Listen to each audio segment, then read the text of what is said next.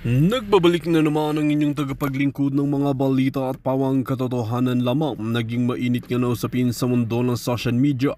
Talaga naman na hindi nga nakalusot itong si Harry Roque na ito kay Kuting ng Norte dahil talagang pinagbabantaan nga ang kanyang pamilya. Dito nga natin mapapansin na talagang pati si Roque ay talagang gusto nang patumbayin ni Kuting ng Norte at Lisa Tonas.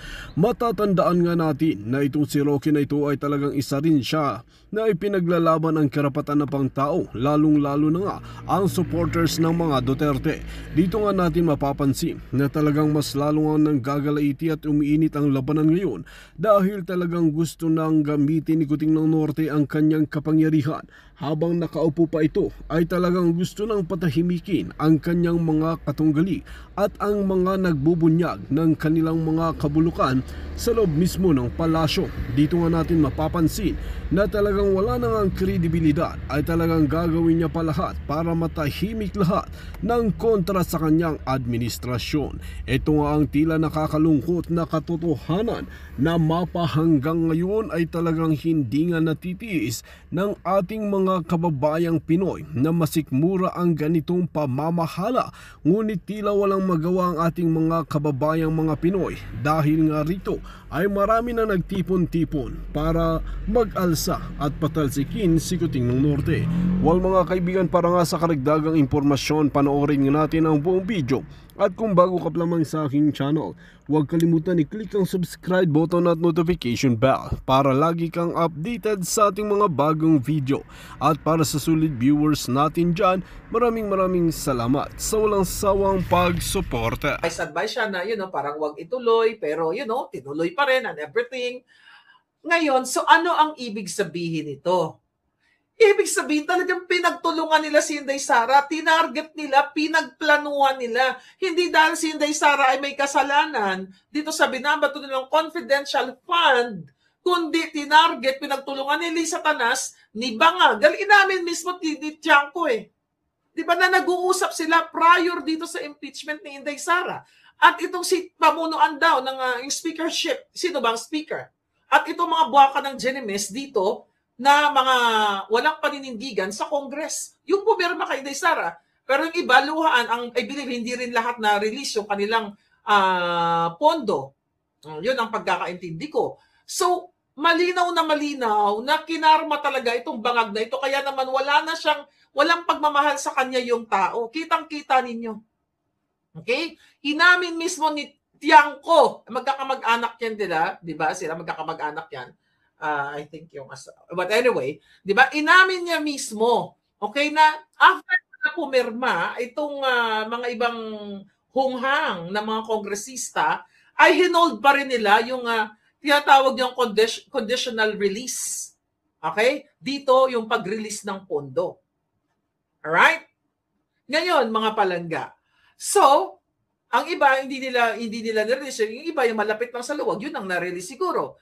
So ngayon, mga palangga, ang pangako nila na kapag pumirma itong mga kongresista na to, ay bibigyan nga ng pondo. Pero after that, yung iba pala ay nagoyo din based doon sa kanyang konteksto ng kanyang pag-amin na sinatanong daw, sino ba nag-authorize niya ng pangako na yan, ng conditional release na yan, So kinausap daw niya, okay, si Bangag Jr. Sabi ni Tiangco, dahil nga sinisingil ng mga buwaka ng Genemes na kongresista yung pinangako na pag-release ng mga pondo nila sa kanilang mga distrito at sila ay napilitan lang dahil kung hindi daw sila pipirma ay hindi sila bibigyan ng pondo yung kanilang mga distrito. True enough yan. Diba? Totoo talaga. Kaya nga, my God, mga kababayan, ano bang gagawin natin sa mga hinayupak na to? Kinausap ni Tiangco. Okay, ni Toby Tiangco, si Bangag, ano ang sabi niya? Sir, kasi ganito, sinasabi nila, meaning yung mga pumirma para impeach kay si Inday Sara. Pinangako daw kasi yung conditional release. Ngayon, dahil mandorobo si Bangag, sabi daw niya, wala namang ganyang usapan. Imagine ninyo, kita ninyo, dahil wala kayong mga paninindigan na mga kongresistang mga hinayupak kayo. Talk is cheap. Pangakuan lang kayo ni Tambaloslos, yung iba pala hindi nabigyan. Yun ang kanyang sinabi sa kanyang interview, mga kababayan. So, anong ibig sabihin nito? Ha? Ang hinabol lang nila, ang gusto, kaya sila talaga po yung budget na gusto nila. So, this is not about dahil nanindigan sila, kailangan managot si Inday Sara sa kanyang mga ginawang mali. Di ba? Walang ganun. Kasi wala naman talagang impeachable offense si Sara Duterte. So, kaya lang nagkaroon ng impeachment dahil sa pangakong mga budget sa kanilang kanya-kanyang distrito. Dahil the moment na hindi sila pumirma, ngayon ay hindi i-release yung kanilang mga pondo. See now? Lumalabas mismo sa bunganga ng mga jutang jinimis na ito. Di ba? Ano daw ang sabi ni Tiangco? Nang pumirma na itong mga taong itong mga kongresista na ito, na nagwawala na rin, na hinihingi. Sabi niya, sir, sabi daw niya kay Bangag, so, anong gagawin natin? Diba? Kasi pinangangkuan natin to, pinangangkuan daw ito nung speakership, ni Tambaloslos. So, problema natin ngayon yan. Ano gagawin natin? Nangako tayo na i-release natin yung kanilang mga budget dahil sila ay pumirma para i-impeach si Inday Sara. See? Nakita niyo yung litrato o larawan ng buhay nyo dyan sa Pilipinas. Hindi ini-impeach si Sara Duterte dahil siya ay nagkamali. Ini-impeach siya ng mga pumirma dahil pinangakuan ng Bangag administration ni Lisa Tanas na kapag pumirma kayo laban kay Sara, ito ang mapapala ninyo. Ito ang budget. Kung hindi kayo pipirma, wala kayong budget. Now you enjoy that. Enjoy nyo yan. Huwag kayong manindigan. Ipagpatuloy nyo, huwag kayong lumaban, huwag nyo i-push itong tungkol sa electoral fraud. Itong bago, itong nabalitaan niyo ngayon, na huling-huli na mismo sa bibig ang malalansang isda. Di ba? My God. Tapos ang sabi daw ng mga kongresista, kaya naman sila pumirma kasi wala silang choice. Kasi iipitin ang pondo nila. See that? So anong klase mga tao ang nilalagay natin dyan? Which is yung iba dyan, hindi naman natin nilagay. Hindi yun naman nilagay dahil yung iba dyan nanalo sa pandaraya. Yung mga nasa Congress, wala silang mga bayag. Wala silang balls. Kasi ang pinanindigan lang nila kung paano nila makuha yung budget. Pero kung nagkaisa sana sila, para sa Pilipino, teka muna, nagsalita sila sa taong bayan, nagpa-press con sila, kami si Congressman 1, 2, 3, 4, 5, 6, 7, ito yung ginagawa ng Presidente, ito yung ginagawa ng Speaker of the House, kami ay pinipilit na permahan itong impeachment ni Inday Sara kasi hindi kami bibigyan ng pondo. Ito hindi naman pera ng mga buwaka ng inang ito, pero pinipilit kami na permahan ang impeachment ni Inday Sara. See that? Ibig sabihin mga kababayan, wala nang saysay ang buhay ninyo sa Pilipinas kung papayagan ninyo na ang mga nakaupo sa Kongreso at Senado ay pera-pera lang at alam naman ninyo yan at natatakot o tinatakot ng kasulukuyang nakaupo na bangag na Adictus Benedictus para targetin ang isang kandidato, ang isang Inday Sara. Diba? Umamin mismo, sinabi mismo ni Tiangco sa kanyang interview, diba? Na siya itong mga kongresista ay pumirma kasi nga ito ay puwersahan, takutan pala. Parang gano'n na rin yun, diba? Takutan. So ngayon, dahil nakita ng mga OFW, nakita ng taong bayan, na ang ginawa kay Sara ay isa lamang political motivated or pansariling interest ng bangag na administrasyong ito. Kaya nga nag-backlash, inamin ni Tiangco na nag-backlash sa kanila yung ginawa nilang panggigipit kay Inday Sara at ginawa nilang pag-pressure dito sa mga kongresista na to para permahan itong impeachment ni Inday Sara. Hindi nila ginagawa yon on the merit of what? Dahil si Inday ay talagang may ginawang mali. Di ba? Hindi. Wala silang nakita, kundi ang nakita lang nila yung budget na malaki. Actually, I just cannot say may puting ahas. Okay? Sinabi ko to sa inyo, I think, December. Remember December, sinabi ko sa inyo na nagkaroon ng party itong sila Tambaloslos, binigyan ng Magkano ba yon? Kung tama pa pagkakatanda ko, tigpa 500,000 o million ng mga bonus yung mga umattend doon sa Christmas party. Remember that? Meron dyan isang kongresista na napakaingay ang jutang Ginimis na yan na laging inaano si Inday Sara. Okay? Hindi ko lang pwede sabihin mo na yung pangalan niya pero bunubolja ko. But ito sa pagkakataon na to, kasi mapipinpoint niya kung sino ang puting ahas ko baka patayin o kay gurgurin. Pero sinabi mismo, mga kababayan sa akin, na yung kongresista na yan ay task para naatasan na tirahin si Inday Sara para nga, syempre mag-create sila ng negativity para laban kay Inday. Pero ang sabi niya sa akin, Miss Maharlika, wala daw siyang magawa dito sa kanyang mahal sa buhay. Okay, yun na lang ang code niya. Mahal sa buhay. Pero itong taong ito, I believe, ay supporter ng mga Duterte. Wala daw siyang magawa kasi nga, ang sabi nitong kanyang mahal sa buhay ay pag hindi sinunod si Tambaluslos, okay? Pag hindi ginawa yung pagtira kay Sara Duterte, ay tatanggalan siya ng budget. Somewhere sa north, taga-north ito, taga-norte, papuntang norte. Norte ba yon? Medyo malayo na, basta dito lang banda yun eh.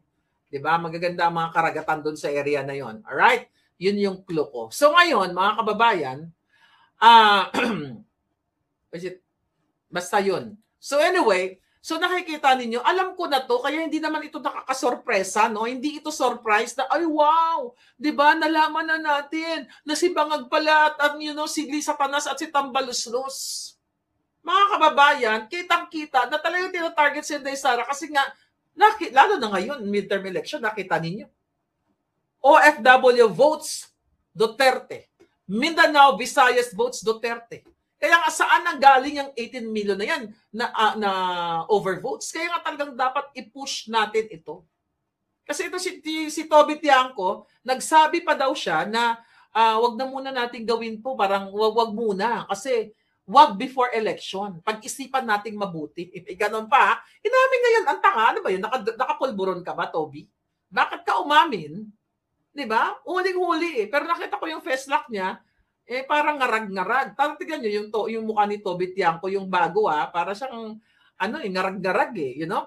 Sabi daw niya dito kay Bangag at sa kanya makasaman, wag muna natin. Ito yung konteksto. Wag muna natin gawin na i-impeach si BP Sara. Wag bago mag-eleksyon kasi baka maapektuhan tayo pag-isipan natin mabuti.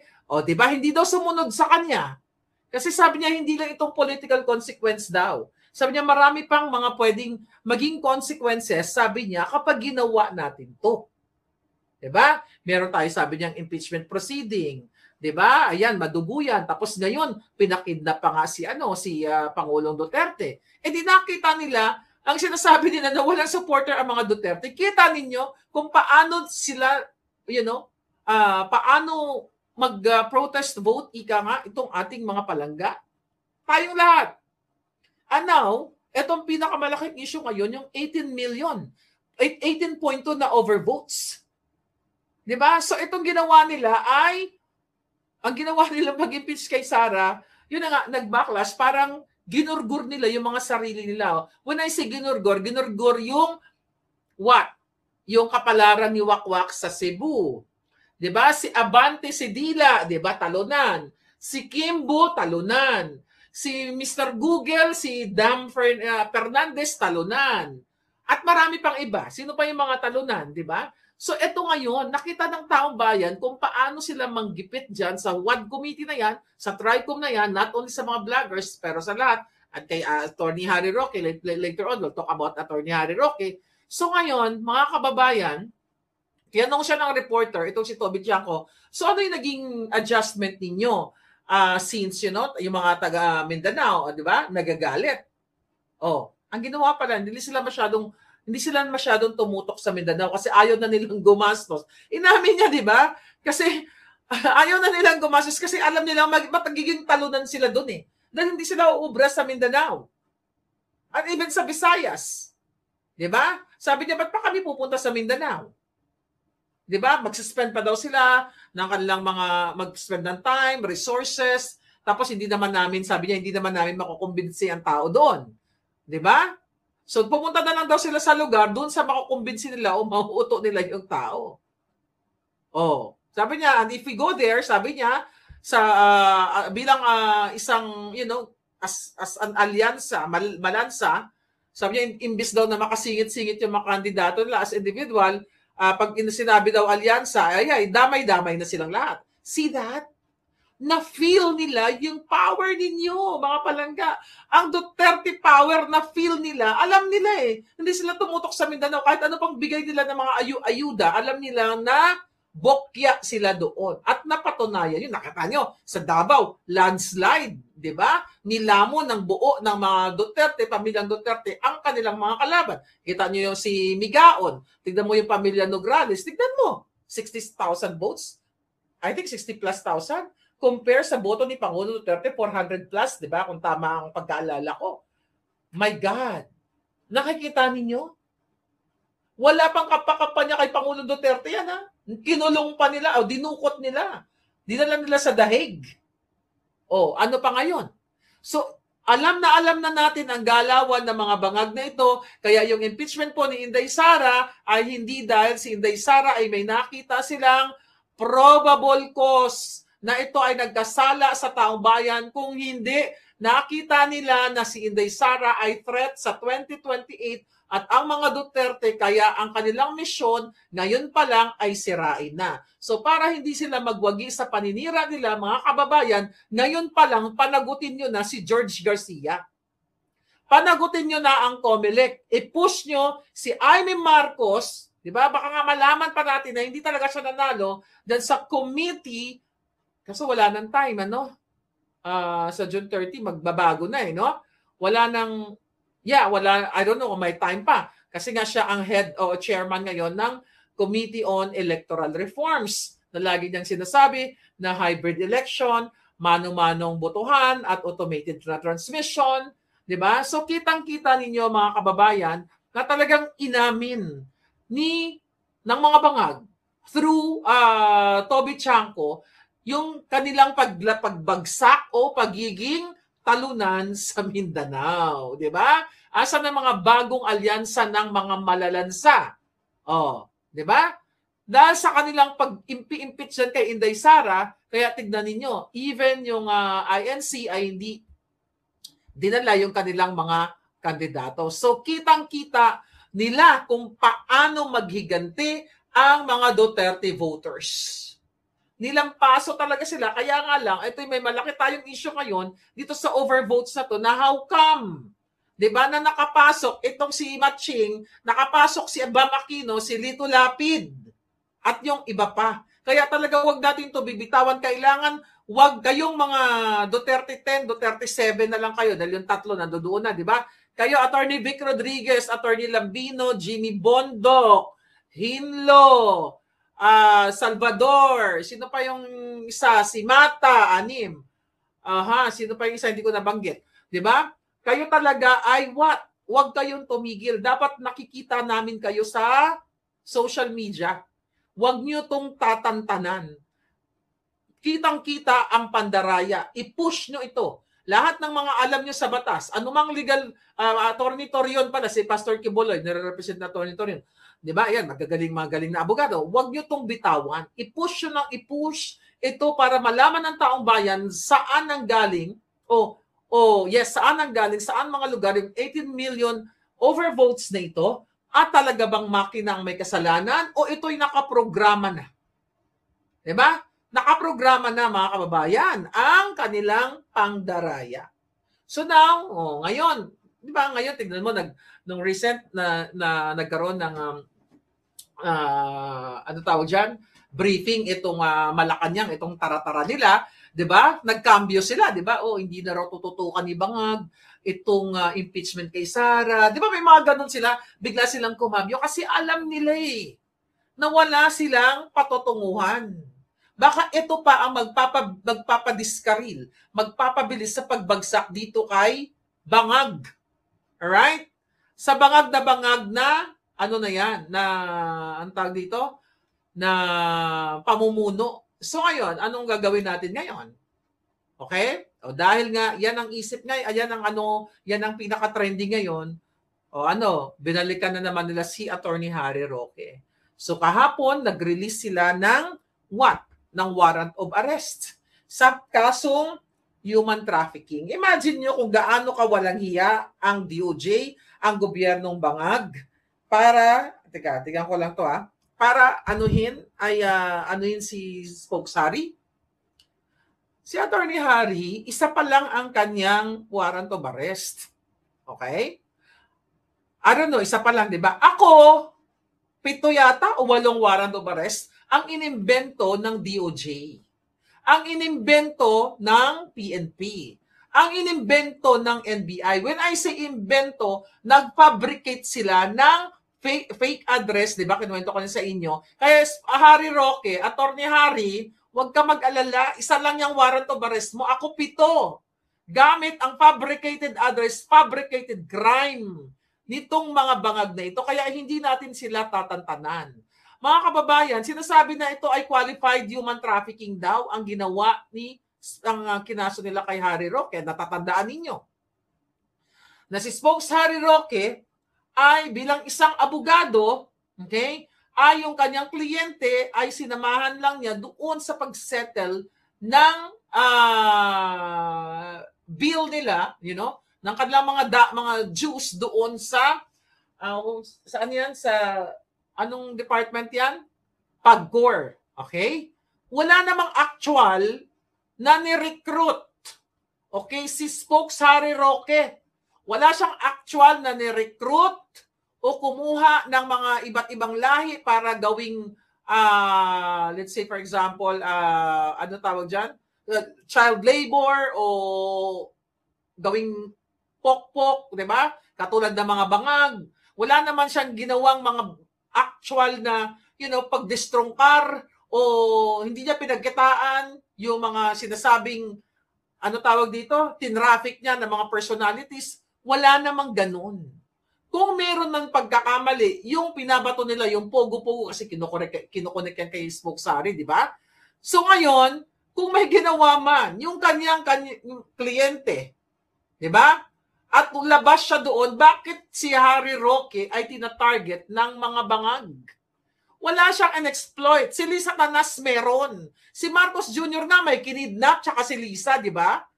Yung 2 minor de edad, pero walang ginagawa itong jutang genimis na NBI ng DOJ. Wala naman silang gagawin kasi magkakasabwat sila. Pero nagigil sila kay Harry Roque dahil nga syempre maliban sa supporter yan ni Pangulong Duterte, ay galit na galit sila dahil nga pinagbibintangan nila na si Harry ang punot dulo nitong pulboronic video na pinaviral natin. Ang sabi ni Spokes Harry yan, the issuance of warrant of arrest forms, sabi niya, part of the unjust prosecution, which is, sabi niya, the basis of my application for asylum in the Netherlands.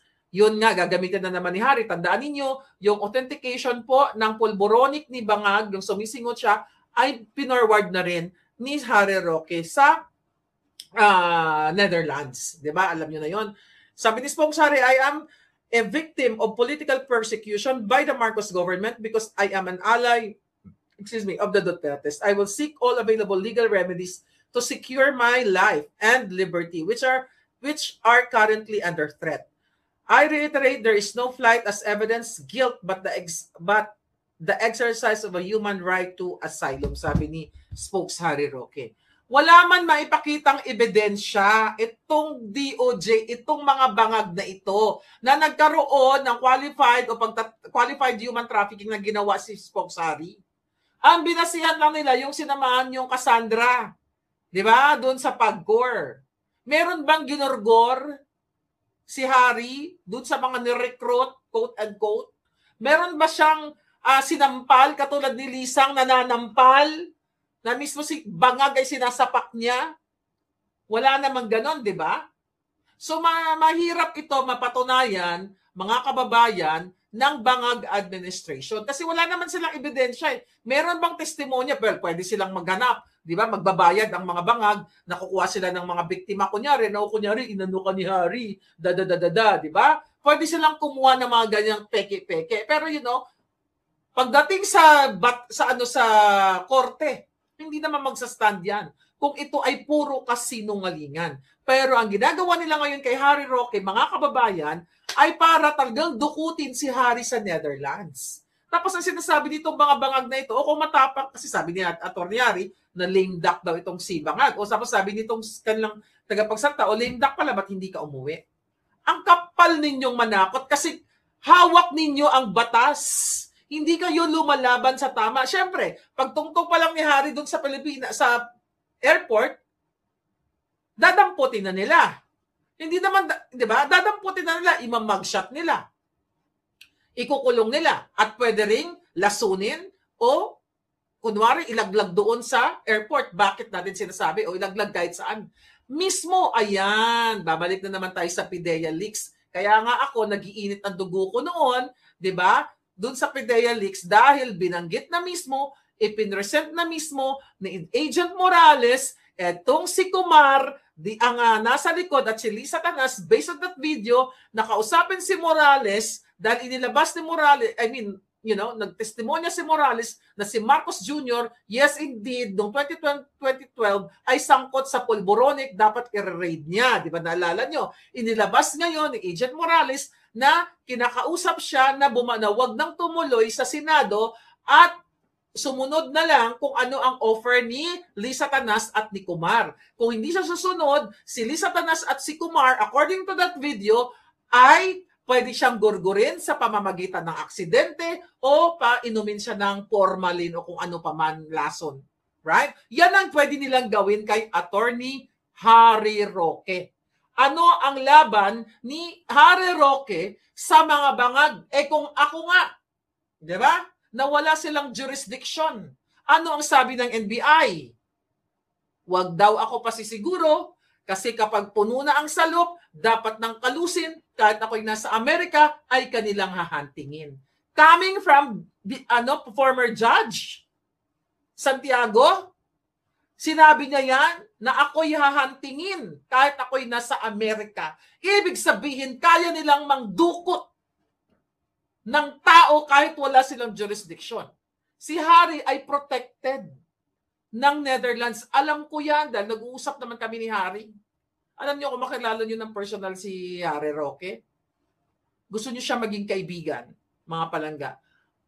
Nagsisinga ako bakit ngayon lang kami naging magkaibigan ni Harry. Wala sa kalingkingan ni Harry ang mag-human traffic. Kung ang meron, mayroong reputasyon na nangidnap si Lisa Marcos at ang gobyerno ni Bangag kasabwat ng DOJ, PNP, AFP, DFA, lahat sila.